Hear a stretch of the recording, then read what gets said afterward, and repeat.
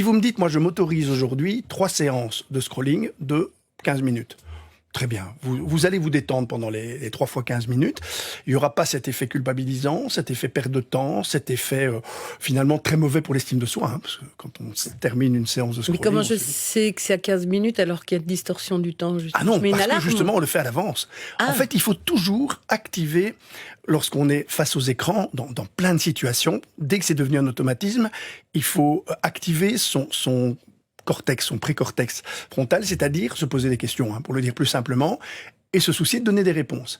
Et donc, si d'emblée, j'ai dit 15 minutes, et ce sera pas 16 minutes, hein, c'est 15 minutes, eh bien, à ce moment-là, l'activité, on va sortir de son côté addictif, on aura une conscience du temps, parce qu'on va le mesurer, tout simplement, et on sera dans une activité, parce qu'il faut pas non plus mépriser ces activités, elles ont du sens, hein. On a parfois besoin de pas se prendre la tête.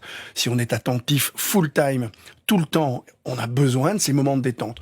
Évidemment qu'une petite balade en forêt, c'est plus régénérant qu'une séance de scrolling. Mais on peut pas imposer à tout le monde d'aller chaque fois chercher une forêt, et puis on se retrouve parfois avec uniquement cette activité-là, mais le limiter dans ce temps qu'on appelle le temps libre.